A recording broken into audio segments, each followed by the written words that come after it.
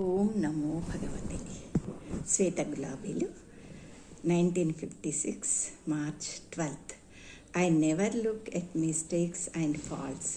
I only look at the soul, the psychic being, for it to come to the surface and to take the lead of the whole being. The psychic being is your true self, and by opening your exterior being to it, you will be able to receive the divine's help and to conquer.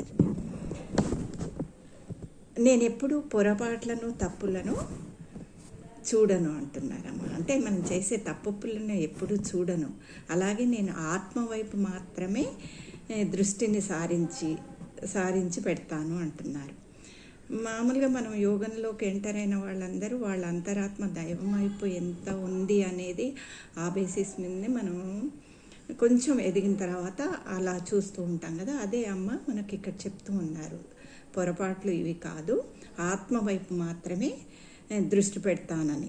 Chaitya పురుష ఉపరితలంలోకి వేయించేసి మన అస్తిత్వానికి రథసారథిగా ఉండాలని అనుకుంటున్నారు. అంటే మన total being కూడా చైత్య పురుష ఆధ్వర్యంలో కొనసాగినప్పుడు మనకు ఆ ట్రిపుల్ సోల్ ఎఫర్ట్ అనేది మనకు ఉండదు అని కూడా మనకు మదర్ బుక్లో చెప్పారు.